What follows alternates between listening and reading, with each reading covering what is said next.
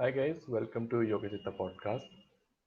Today we have the second topic, the second part of the last podcast topic, which is ego. So I would like to welcome Ashwin to the podcast. Welcome, Ashwin. Thank you, Raj. Okay, so Ashwin, we went into ego in quite a bit of detail in the last Hmm, podcast. hmm. So I have a few more follow-up questions. So Okay. one of them is, can you how to distinguish between ego and self-respect? Because a lot of times, a lot of people confuse these two terms. Okay. Before I answer that, I just want to redefine ego and not redefine, but um, repeat the definition of ego so that those who are tuning in for the first time today and haven't seen the previous episode know what's going on. Ego is your objection to the ongoings in this world. So it is like a feeling that things are not going optimally and that you can do better than everybody else and you can do better than nature itself. Okay, so that's what ego is. It's a huge objection to the energy that is running the universe, and this can manifest in many ways, in as anger, as various emotions, as we'll see today. But to come back and answer your question, what's the difference between ego and self-respect? So respect itself is the opposite of ego. And when we respect something, we accept it as it is, and we honor it, we value it, and uh, we kind of are, are very happy with it. You know? So if you do that to yourself, it's called self-respect. So you value yourself, you honor yourself, you like yourself, and you feel that there's no objection to who you are, and you're comfortable with who you are. But ego, on the other hand, is putting other people down, saying that you're not good enough for me, including to the extent that you go on putting down even nature and say, I can do better than that. How? Anyway, so that's what it is. They're two very entirely different things. And in fact, I would say even opposite things. So there's no need to get confused about these two. Okay, um, so I wanted to ask about this special case, especially when someone is depressed or very sad. Hmm. One of the complaints that they have is no one understands me. Hmm. So is that also ego? Yes, you have a deep objection to how people are responding to you. Hmm. See, there's difference between just simply having an objection and then saying, "Let me improve things because I feel that I feel that we can be a little more happy if we improve things." There's a difference between that and just simply objecting to it, saying, "No, this is not correct, and I could do better than this," and not taking any action about it. If you really think you're drawn from within to make things better, then you'll quietly go about it without ego. You won't be objecting to it. You won't be looking for ways to shame it. You won't be looking for ways to, you know, air your dirty linen in public and shit like that. You just go about quietly fixing stuff. So that's important to note that people who are depressed and feel that other people don't understand them and they're not making any attempt to fix this, the tripping that other people are somehow less moral than they are, which is not true, first of all. And second of all, it's making them high. So why will they even think of getting out of depression? They love that feeling.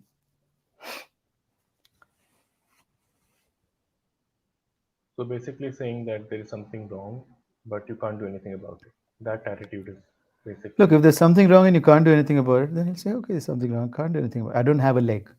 It's something wrong. I can't do anything about it. I'll still have fun with my friends. I'll still be cheerful. I'll still chill out. There's nothing to do about it, right? Yeah. I have cancer. I'm going to die. What's there to do about it? Nothing.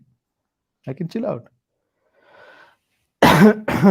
But here you go on complaining as if there is something that could have been done about the cancer, but everybody around you is failing morally and they're not able to step up and they're not able to do it. They're not being decent human beings because you got cancer or because your leg is gone. Hmm. So that's depression. That is tripping. That is trying to empower yourself. You lost some power because yeah, you're gonna die and your leg is not there, so you're gonna limp. So you lost some power there and you want to pull that power back because you've taken it very personally. It's just a food. You did nothing to earn it. It's your parents' gift. Your parents produced you. Why?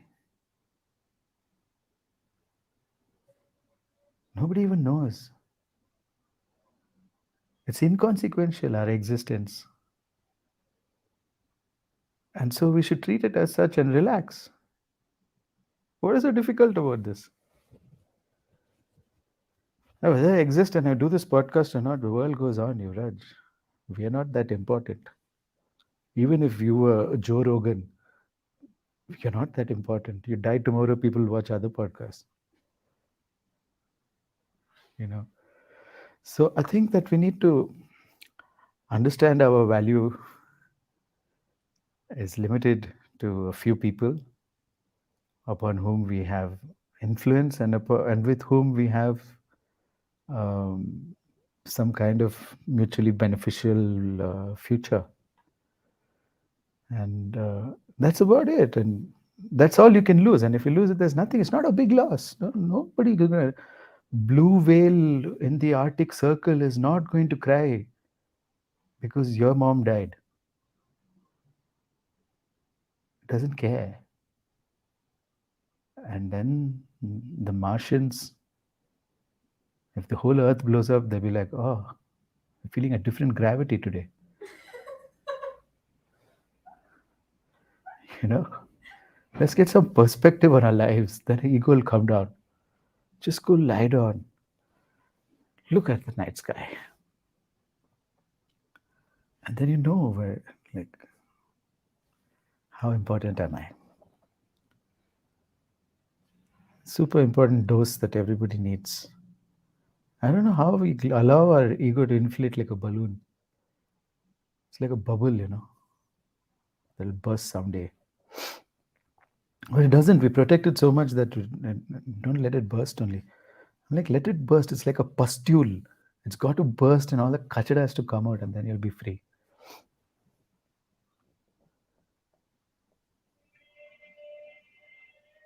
Okay. Uh, is the impact of unchecked ego felt on all the koshas of the human body or human form? All the what of the human form? All the koshas, all the five. Koshas. Okay, so for our audience, kosha is one of the models used to understand the human existence. We are pure spirit called Sat, truth, existence. We have a sense of I am, and that cannot go. That's a very persistent sense, and that's when we look for who is that I am, we can't find it because it has no form, and that is covered up in five coverings called the Pancha Kosha. And now Yuvraj is asking me whether ego has any effect on these koshas. Is that right? Yes. Okay. So let's see if ego has any effect on your physical body. It very well does. So this is called Annamaya Kosha. Annam is matter that eats each other. Like our body is made up of Annam. It needs to eat something else that is alive to survive. So such a body, is it affected by you feeling that the world is unjust and has not lived up to its fairness to you, yeah, of course, because you'll start producing um, either you'll produce so much adrenaline that you'll get adrenal fatigue and then you'll have like a hormonal imbalance, or you just produce a lot of adrenaline and cortisol in response to the world, which are called stress hormones. You create so much stress. I know people who can cause themselves hemorrhoids by just thinking about their mother-in-law. Okay, and then they come to me for treatment, and I'm like, you're enjoying this. You don't enjoy the pain of the hemorrhoids, but you're enjoying the thing which causes the hemorrhoids. So it's okay. Don't try to cure it. Keep it. I needed to burst open and then bleed nicely, mess up a few bed sheets.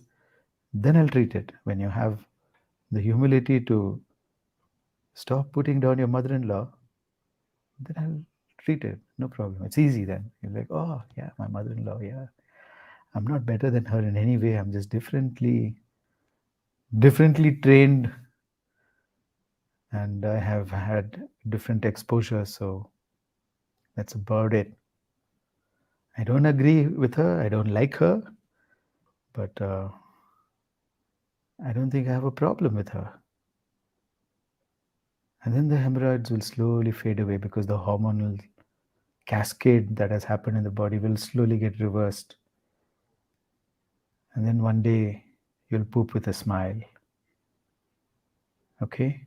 So the physical body is certainly affected by ego. What about the pranic body, pranamaya kosha? Definitely affected by by the ego, because every time you feel that somebody is some problem, then you create excess prana in some place. Prana is like a gas, okay? So it creates excess pressure in some place, and then it creates low pressure in some place, and then that place where there's low pressure, it will not get nourished. And I get so many idiots like this coming to me, and then if I fix it, they're going to make that pressure again, and I show it to them, right? So I fix it. Like for me, it's easy to fix because prana is like a gas; you can move it. I go crack, crack, and the whole body goes like chiropractic adjustments. It restores pranic flow in places like so. They go cut, cut, cut, cut, and then they're okay. And then I wait for a minute, have a tea, sit down, just wait 30 minutes. Let's talk about this and that. Let's talk about your life, and then they get it back. Then I go again, cut, cut, cut, cut. Like, see, I mean, I like popping whatever pops when you move prana around. Okay. Should have been a chiropractor. And it's one of my wishes to go to America and learn it, but let's see. Okay. Anyway, so this is definitely affecting your pranic body, and you leave it alone, then the ego again brings up the same pranic shit. And it can create cancer also. If some place is not nourished, then the cell tries to fortify itself by activating cancer genes. Now, it's going to take a long time for science to find out about prana because they seem to want to ignore it all the time. And there are a few experiments, and the moment someone starts experimenting on it and becomes a little famous, the mainstream white coats say this guy is not in his right senses. And so the research on prana has been abysmally poor, while India and China is thriving with pranic treatments and working on the prana. Okay, so pranamaya kosha definitely affected. What about the mind? Manomaya kosha. What do you think? When you have an ego, you think you can have a calm mind. When somebody's got an ego, if I show them like four numbers, and then I just show it to them, and then I say, memorize this, and they'll say, oh, yeah, yeah, yeah, and then close it. They won't remember those numbers because they're in so much of agitation because of their ego. Their mental faculties are down. So of course Manomaya Kosha is getting affected, and it's creating karma. From Manomaya Kosha onwards, karma starts getting stored in the body. It's creating karma which goes and sits in the Vijnanamaya Kosha, ego. It's called Kriyaman Karma and Runanubandha. It goes and sits in the Vijnanamaya kosha, which is the logic body. And the person's logic is forever skewed after that. They'll be very fair with everyone except that one person. Have you seen that? Have you ever had a parent who's very nice with everybody in the office and then comes home and yells at you? Or is so nice to your friends but treats you like a dog? You know, something like that. So that person has skewed their logic towards you. And the same thing happens in the Anandamaya kosha, where uh, we have desires brimming forth. What kind of desires do you think will now brim forth? I know people have gone completely, entirely off their destiny because of ego. I know a guy who became a musician because of his ego. Somebody told him that you play like shit, so he became a musician. And he had a brilliant career in some other field, and he didn't do it. And then as a musician, he's just average. He's not that great. But he could have been a very good scientist. So people just go off track because of ego. They just not what people. I used to do it too. That's how I know, right? How do I know all the shit that everyone does? Because I've done it too. And if I can come out of it, you can too. Anybody can. You take my help, you'll come out faster. Anyway, honestly, I mean, like everybody's watching this ego episode. What are you doing about it, guys? Why are you not in my classes already? What's your other plan?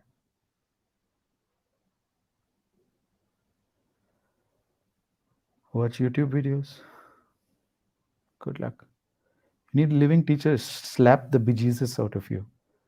Then your ego will come down. There's no other way, unfortunately.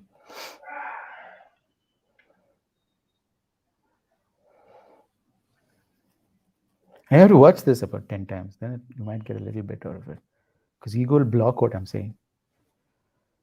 You'll say, I have an ego. Do you know how many people come and tell me I have an ego? If someone says, you have an ego, I'm like, take a number, wait your turn. For somebody who has ego, it seems like everybody else has ego. Except them.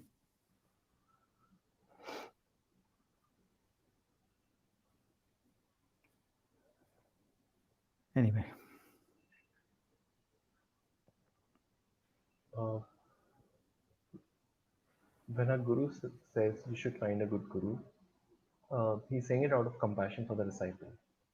Yeah. But sometimes the disciple may interpret as the guru trying to get more disciples for his own benefit. So Wait. What? Guru saying what? To whom what?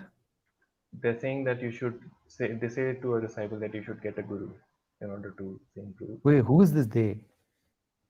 Who's The saying people who have come to the guru to learn, people came or to a guru to learn? Till here I'm with you. not Then? not learn, but they came to them. Maybe some discussion happened, and they said that Okay. you need a guru. For example, the guru said to Who the told person who who that came. you need a guru? Guru, the guru Guru. told the person who came, Person. Guru told person. yeah, that you need a You need a guru. guru. No, But the no person, real guru is going to tell him that. But anyway, what about it? okay, so the disciple might interpret it as the guru wanting a disciple, and Why will any this real guru give random advice to somebody who is not begging to be their disciple? Unless you accept me as a guru, I'm not going to give you any gyan, I'm going to encourage you. Because that's what I do. So when I meet somebody who's total idiot who doesn't want to learn, I will say, I met many idiots in my life, but you are the best. I mean, I won't say it like that. I give them a compliment. Say, you're so chest thumpingly aroused about this issue. I think you must be one of the few people in the world who's always thinking about this. And people take it as a compliment. I tell them this all the time. You praise people's stupidity, they think it's a compliment. I mean, you just repeat their stupidity back to them. They feel, yeah, yeah, yeah. And that's what a real guru does. I mean, real guru is not desperate for students. Nobody needs a real guru until they need a real guru. And they can't be told the value of a real guru until they need one. So I'm never going to tell people that you should have a guru. And I don't want disciples, first of all, because too much work. I'm an entrepreneur. I have services and I'm very happy to sell them. I have classes. But getting a disciple is like getting a friend. You can't be friends with everyone. You probably have two or three real friends in the world. And it's a similar way. You have two or three disciples in the world. You can't have a teeming spiritual practice and have 5,000 disciples and whose names you don't even know, with whom you have no karmic connection whatsoever. Coming and a guru is not a business. Like, we're not trying to sell I'm not trying to sell yogic knowledge. Not at all. I'm just selling you psychology. I'm saying at least get some relief. Don't be messed up in the head. So there are applications of yoga which make people worthy of seeing the beauty of this world. And I don't want more than two or three disciples. Why do I need it? I'm supposed to teach yoga. But am I supposed to teach yoga to everybody? No, not interested also. So people come to me for their own problems, for which I have very good solutions, which is less painful than the solutions available in the market. So I'm an entrepreneur. Let's not be confused. Today I told one idiot that I'm an entrepreneur and then he refused to teach me. Like I was asking him, hey man, do you want to teach me some traditional knowledge of yours, a traditional healer? So I'm curious. Why you want to learn? I'm like, I already knew it's not going to work out.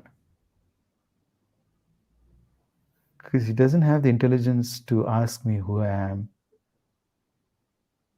and what I can do for him in return. He's not interested. And then he tripped on rejecting me as a student. And I'm like, I lost nothing.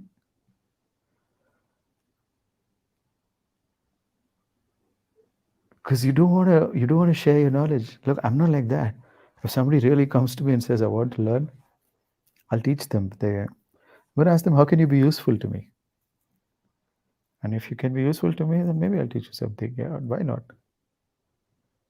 It's mutually beneficial. So if I can benefit you by teaching you yoga and you can be useful to me in return, then we have a relationship.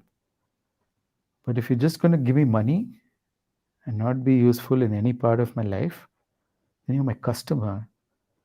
And that's not a disciple. So many gurus think they have customers. I mean, think that the customers are the disciples. They're telling the customers you should have a guru. So of course they're selling. So I don't even know who comes up with these questions, but it's good that we've established something over here that you can know now what's going on around you in the so-called spiritual market.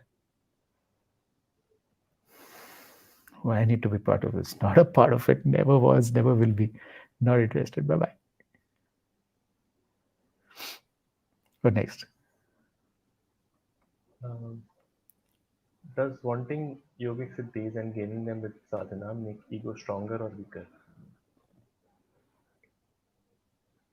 What you'll do with yogic siddhis? There are 10 yogic siddhis, yeah? Anima siddhi, lagima siddhi, mahima siddhi, ishitva siddhi, vashitva siddhi, prakama siddhi, bhakti siddhi. First of all, people don't know what these siddhis are. Anima, to sense atoms. Why you need to sense atoms? Okay, so what is the question? Why yogic siddhis what? Gaining them with sadhana make ego stronger or weaker? You cannot gain yogic siddhis with sadhana. It is purely by the grace of Her Majesty Tripura Sundari that these are bestowed upon you out of love. You don't earn them. And when your mother gives you something with love, why should you feel egoistic about it? Why should you have an objection to anything here? Totally accept it. Enjoy your siddhis. Many fools think that they can earn yogic siddhis by sitting and meditating.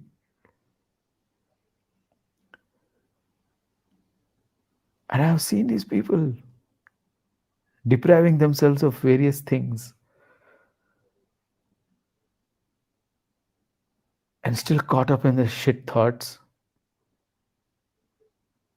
You can't chase yogic siddhis, man. They're given out of love. It's grace and love. If you don't have grace and love, forget about yogic siddhis. You won't be able to sense anything. Smriti remembers that I explained the siddhis in a course.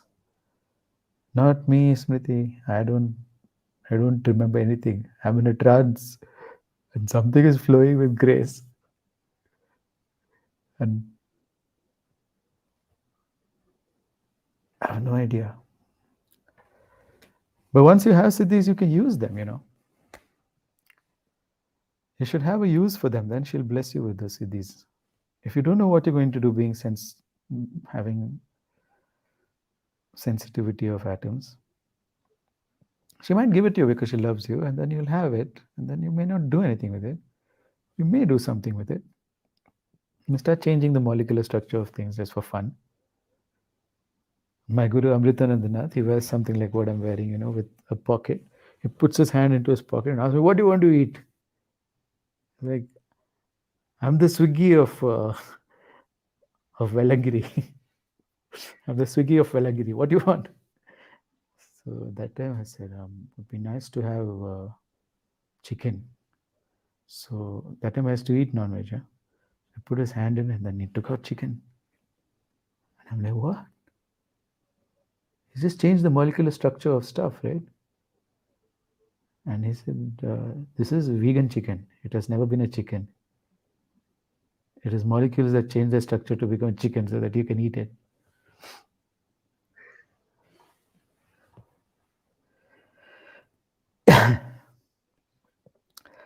So that's Anima Siddhya. What's he doing with it? He's chilling out.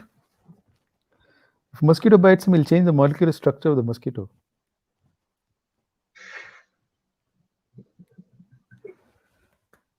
I wish I had a Siddhi. She's not given it to me. I can't change the molecular structure of shit.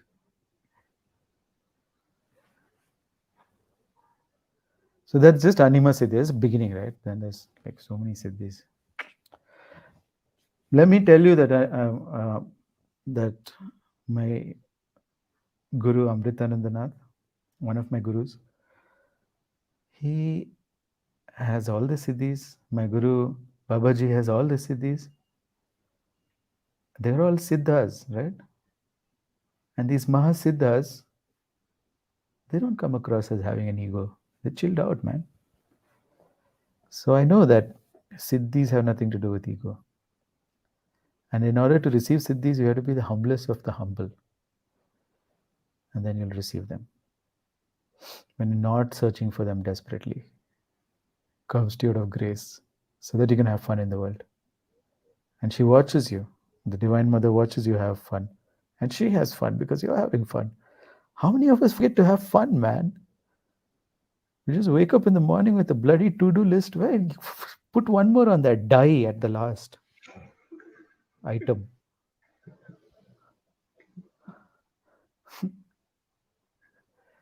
People are the fucking to-do list. Anyway,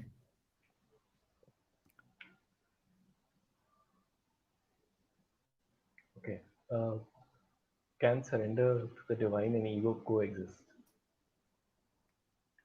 Is it I'm possible? sorry. What can surrender and To the divine and ego coexist. you're a criminal or what to go and surrender? Veerappan, are you Veerappan? Or are you, what's that fellow who died recently? Gilani. You're a terrorist. You want to go surrender? Some Christian ideas, man. Like they say original sin, right? You're born only, you already got sin, boss. That's what they told me. I went to Catholic school. They said you're a sinner. I'm like, no, I'm not. They're like, no, yes, you are. I'm like, no, your original sin. You are a sinner. You're carrying the sin. Jesus died on the cross for your sins. And I'm like, what are you talking about? I didn't do anything. Okay. So this is like, why should you surrender? Are you criminal? Surrender what exactly? Surrender your objections to whom? Who's collecting your objections? Yeah, surrendered objections. Yes, make a list of this. Put it in that box. Yes, that. No, no, not no, no, no, no, no. That's for the big criminals. This guy is small criminal. You put in the small criminal. SC, small crimes. Yeah, yeah. Okay, good. Who's doing this? Who's accepting your surrendered ego? Please tell me this, then I'll tell you about surrendered ego. To whom do these idiots imagine that they're surrendering their ego? No idea, right? Nobody knows. Surrender to the divine. You're giving yourself too much self importance. Divine is waiting for you to surrender. Divine has no the better work. The divine is what? Big boss with spy cameras on your room. They're watching everything you're doing, giving you points. People think they're in a fucking reality show, man. Surrender to the divine. I can't even respect those words in one sentence. Surrender to the. What is this? It makes me want to take. Just pass me that. Yeah. Anytime someone says surrender to the divine, no? I say, come, come, come. Who wants to surrender to? Come, come, come, come. Closer, closer. There's only 1 meter long. Come closer. What?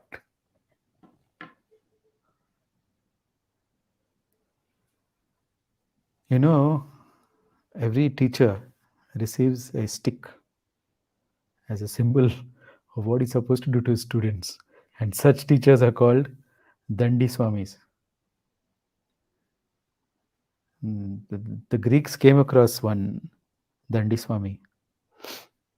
I've also been given a stick by my teacher to be a Dandi Swami. Give danda to anybody who talks bullshit. Go look up Dandamis. There was Dandi Swami who had an encounter with Alexander the Great. Anyway, let's not get into that bylane. So, what divine is surrender, divine surrender, surrender, divine ego? Fuck this question. Next one.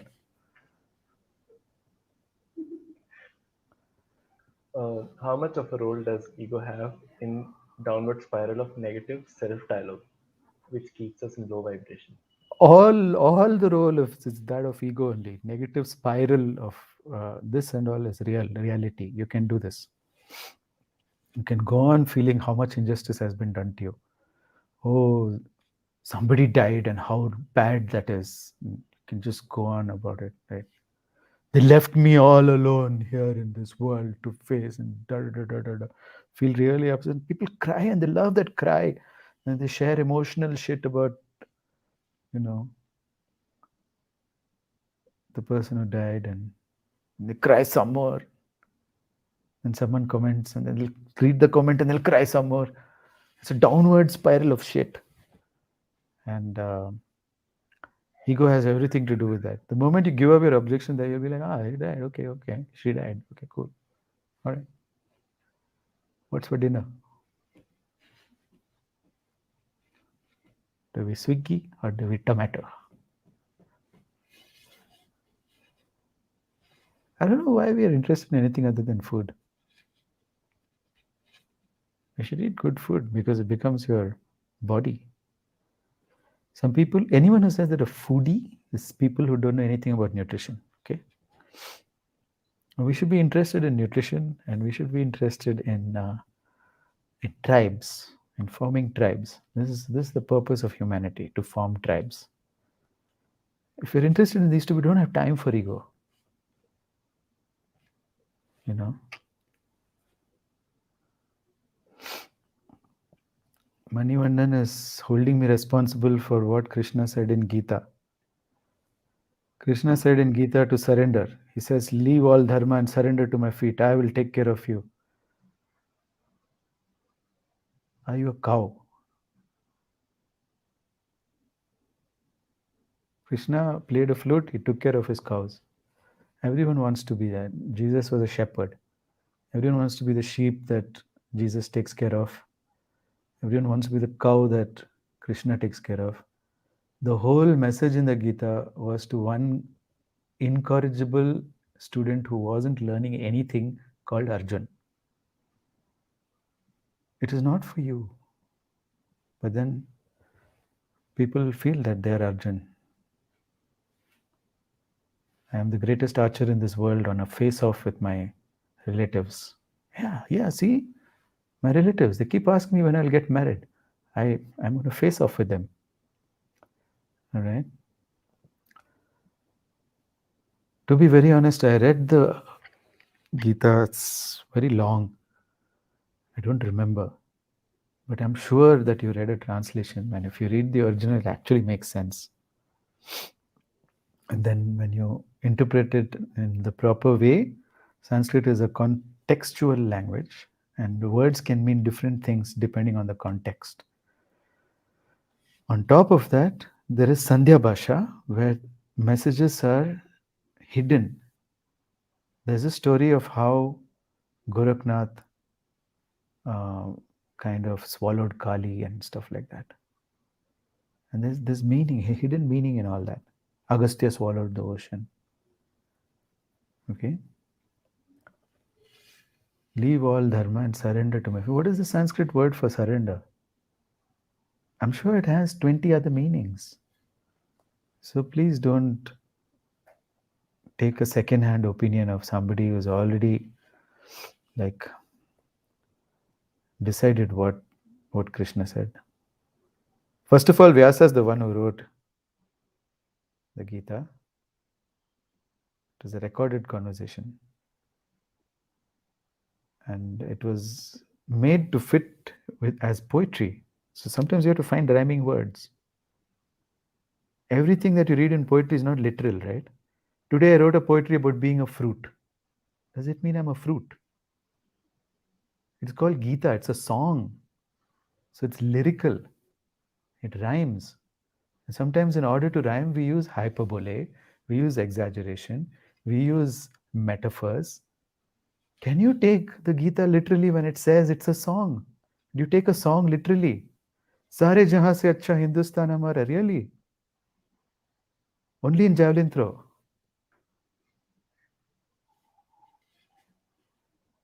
Okay? So it's a song. Yeah, it makes you feel good. That's what the song is. Chand tare tod ke launga. And then you're like, take it literally. So Mani, stop taking something that explicitly says it's a song and it is Bhagavad Gita, the song that comes out, that is Udbhava from the Bhaga. The Bhaga is the third eye here. When it opens, the song that came out is called Bhagavad Gita.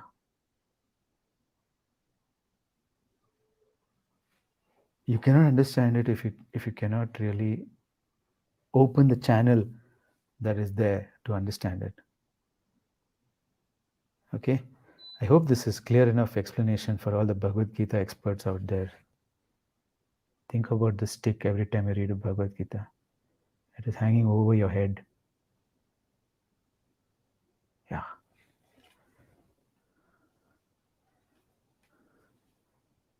Now Dua has become Krishna. Like, Dua, you be yourself, man. Okay? Be Hemant Dua. Don't be Krishna. Don't be Arjuna. Don't be surrendering like Veerappan. Just relax.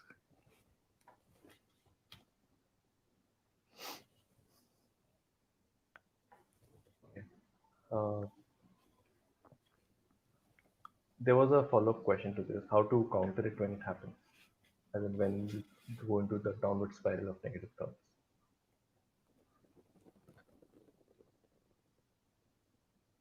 How to stop poking your hand with a compass? This is the question. Same answer. You tell me what's the answer, Yuvraj. I have a compass. You know compass, no? Which the Yeah. children, they put a pencil on it and it has one sharp pin. We used to hit each other with it, and I mean, we used to stab each other with it when we are angry in school. So there's somebody who's stabbing himself with a compass in his hand, okay? And he's suffering, he's in great suffering. What advice do you have for him? How to stop it? He'll ask you, Yuvraj, how can I stop this?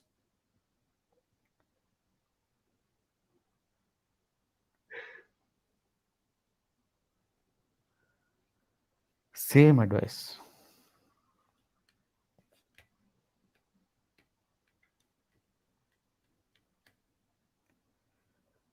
I don't try to stop it. They also don't want to stop it. It'll stop automatically. After some time, there'll be no hand to stab. Then it'll stop. That's the time when they're listening, like, oh, so you're saying that I should not stab my hand. How? How? Now you can't stab your hand. It's gone. It's been amputated. So then you can stop stabbing your hand. अभी कुछ नहीं है स्टैबने के लिए.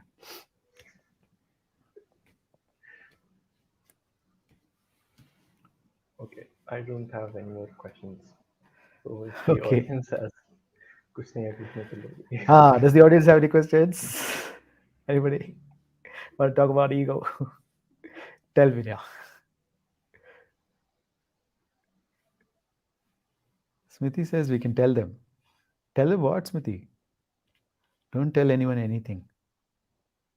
If somebody wants to stab the hand, then let them stab the hand. Like, ये भी नज़ारा देखने को मिला आज. गौर से देखूंगा. Blood seems a little pinkish. Not enough iron in your diet, huh?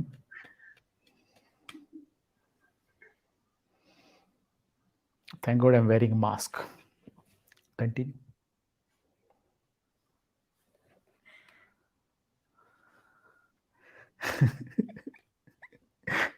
Oh, Smriti is telling them it must be so hard. This is a good response for somebody who says, how can I stop stabbing my hand, Yuvraj? So it must be so hard. They're like, yeah, it's very hard.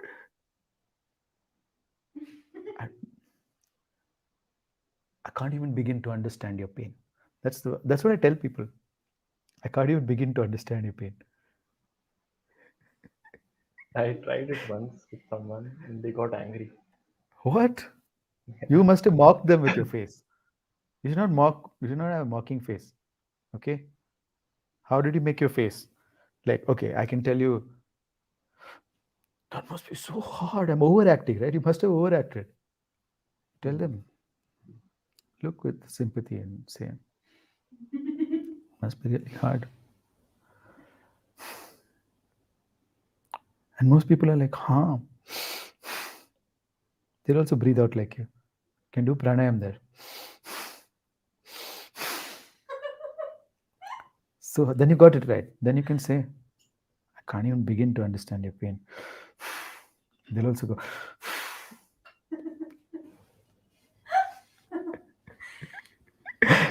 दुआ से अब कुछ नहीं रहा पूछने के लिए और स्टैबने के लिए. Very good.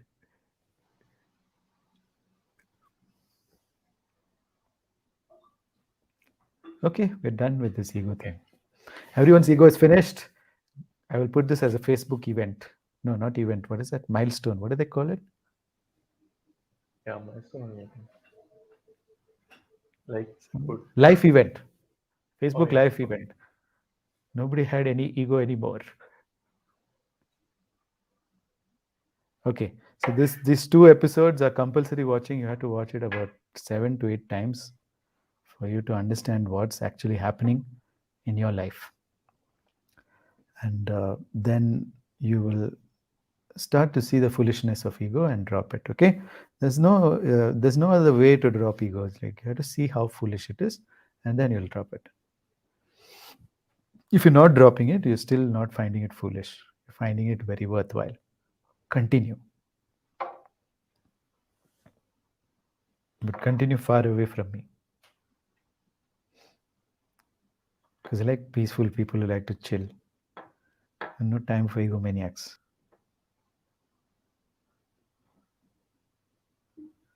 Okay, with this spiritual message, let's close for today. Okay. Thank you. Thank you for your Okay. time, Ashwin. Thank you, Raj, for coming up with these amazing topics. And I'm sure you'll find something next week also. All right. Everybody land up at 8 o'clock next week, Thursday, for the entertainment, and share this far and wide with your family, this one and the previous episode.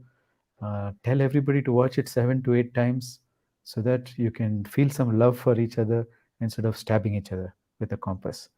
Okay. Good night.